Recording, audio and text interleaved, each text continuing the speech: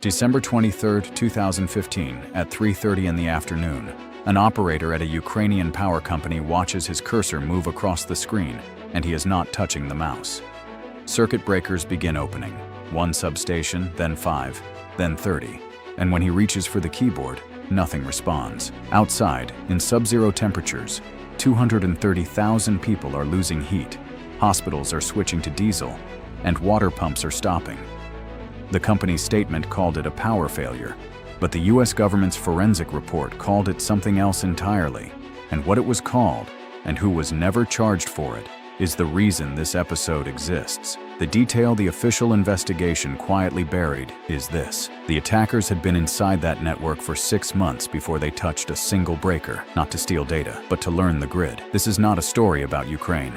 This is a story about the power station closest to where you are right now, because the same architecture that let a foreign military unit shut off heat to 230,000 civilians in winter has been documented inside the United States, the United Kingdom, Australia, and the energy infrastructure of every major Western democracy. Not suspected, but documented. In 2023, the US Cybersecurity and Infrastructure Security Agency confirmed that China's Volt Typhoon group had maintained persistent access to American critical infrastructure covering power, water, and communications for at least 5 years, and the agency's own language said their positioning was not consistent with traditional cyber espionage, which is consistent with waiting for the moment a blackout does more damage than any missile. There is a classified test the US government ran in 2007 that proves exactly how that damage works, and we will get to it. But first, understand what happened in Ukraine, because without that, the rest of this cannot be fully grasped. The next war will not begin with an explosion you can film. It will begin with a sound you have stopped noticing, the hum of the building,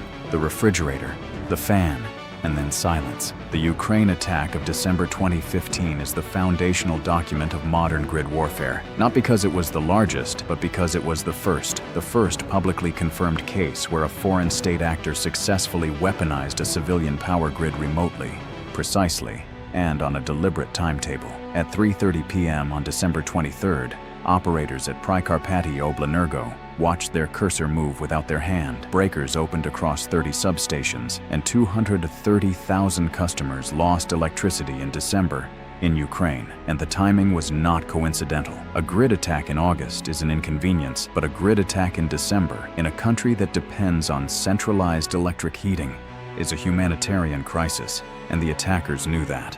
Court filings and technical analysis from SANS ICS and Dragos Security describe a premeditated sequence planned across a multi-month intrusion cycle, where the malware called BlackEnergy 3 entered through spear phishing emails weeks before execution, moved laterally through standard IT networks before reaching operational technology, and then waited.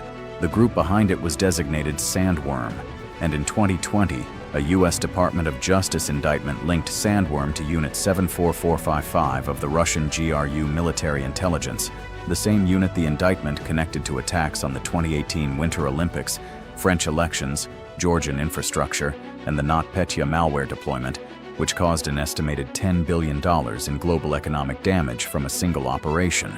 Inside Russian military theory, this approach has a name: reflexive control, where the goal is not destruction, but forcing the target to make decisions that serve the attacker's strategic interests. Because a blackout does not need to be permanent to be effective. It only needs to be timed. Ukraine's grid was not chosen because it was uniquely vulnerable. Every grid is vulnerable. It was chosen because it was the specific lever that extracted the maximum civilian cost at the minimum military risk. And here is where the legal architecture enters the story.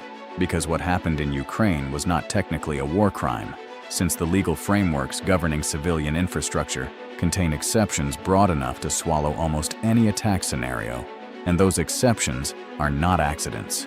They are architecture.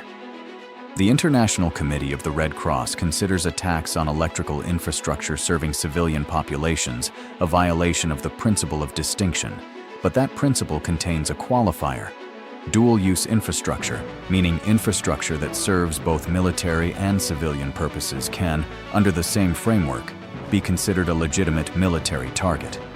Every national power grid serves military purposes. Every hospital, every command center, every communication system, All of them run on the same grid that powers your apartment, which means the dual-use qualifier does not narrow the protection of civilian infrastructure, but in practice eliminates it.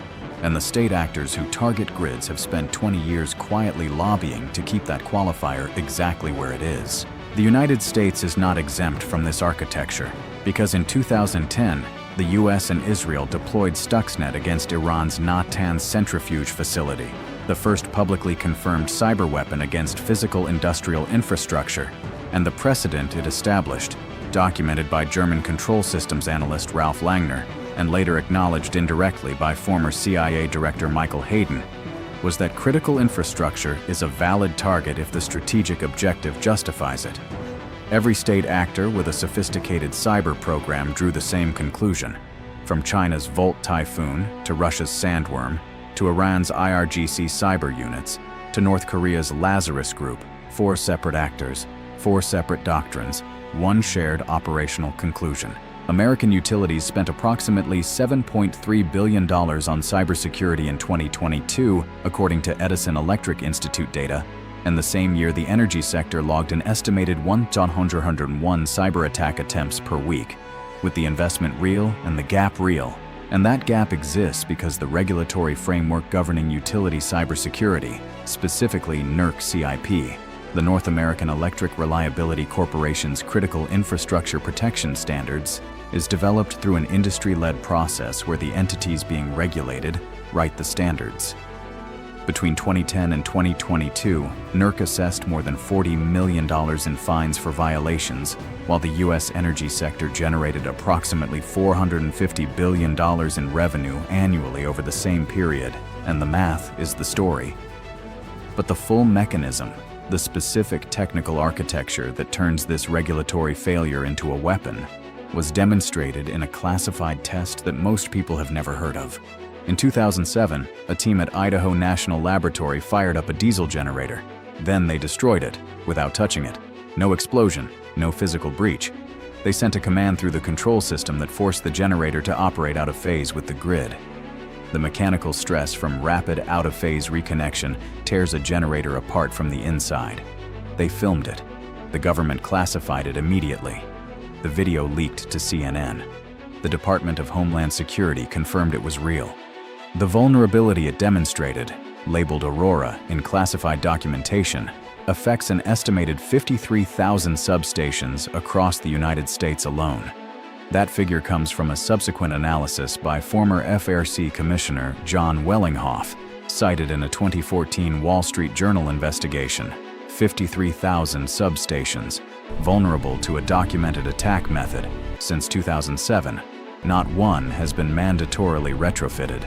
Now connect that to the Oret Rabin strike. On April 6, 2025, Iran's Kabar-Shaken ballistic missile hit Israel's largest power station near Hadera. Not a military installation, the turbine hall.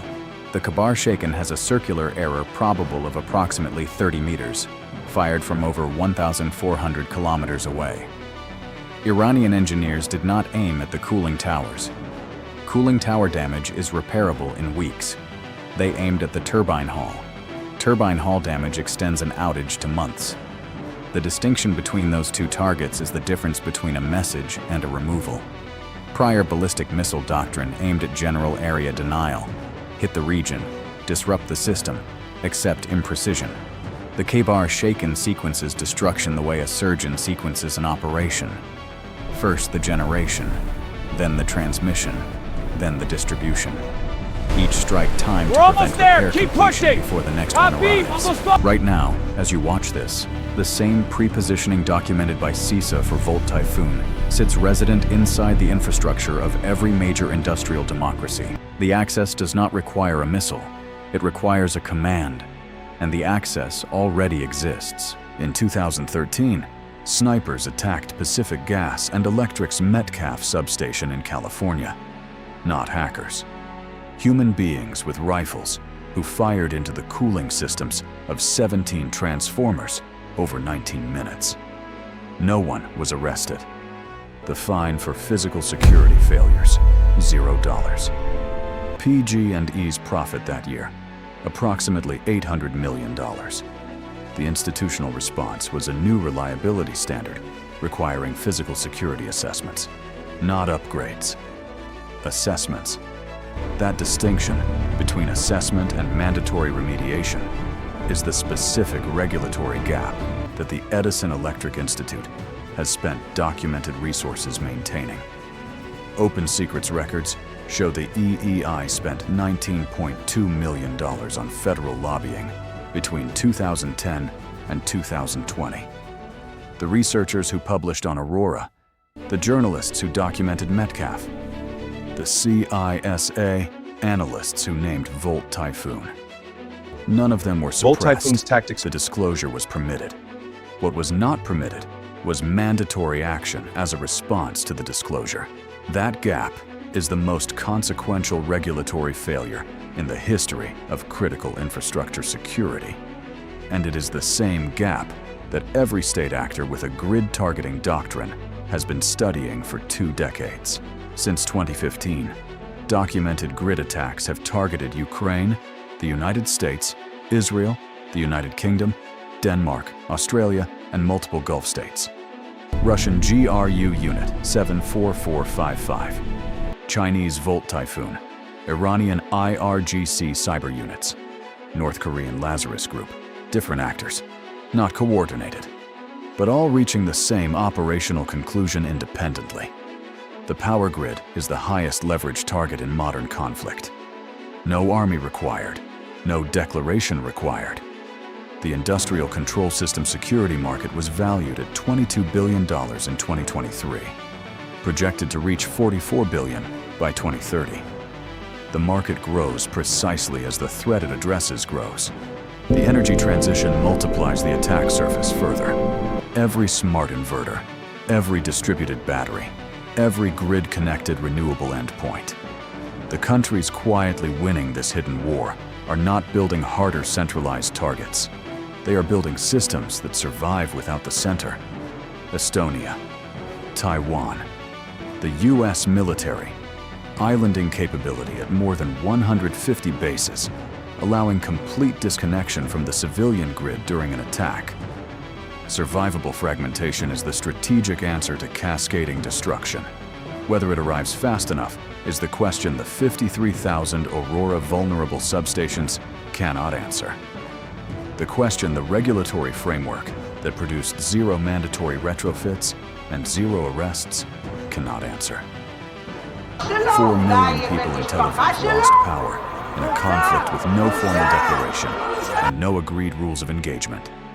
The grid that powers the next city to go dark is connected to the same legal architecture that produced no conviction for the 2015 Ukraine attack. No indictment for the Metcalf snipers. No mandatory action for Aurora. The hum of the building, the refrigerator, the ceiling fan. You have stopped noticing it because it is always there. It is still there. For now.